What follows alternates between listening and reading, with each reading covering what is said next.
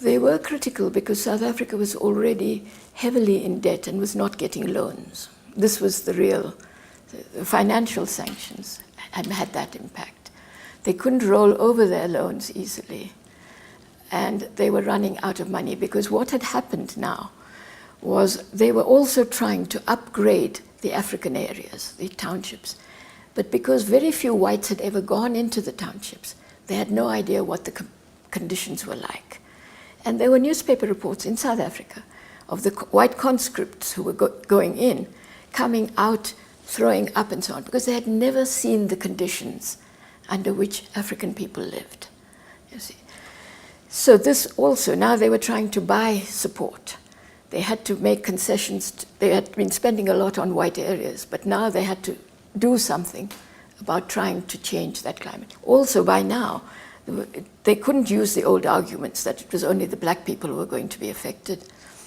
They tried to adapt apartheid. It was not possible, the way things were. And people in the country were not accepting it anymore. They were making the country ungovernable, right across in any way they could.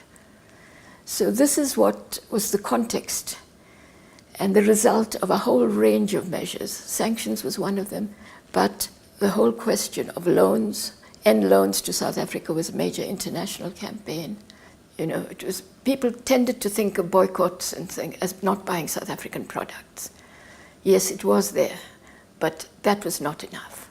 It was when you targeted the big companies for their products, when you targeted oil, when you targeted arms, which had already now gone through, there were no more arms for South Africa. So those were the things. This was a strategic campaign. There was the popular one.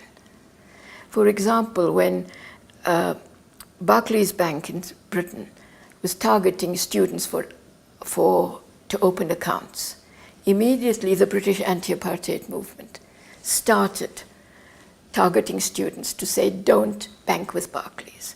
When Barclays pulled out of South Africa, they said it was the hassle factor.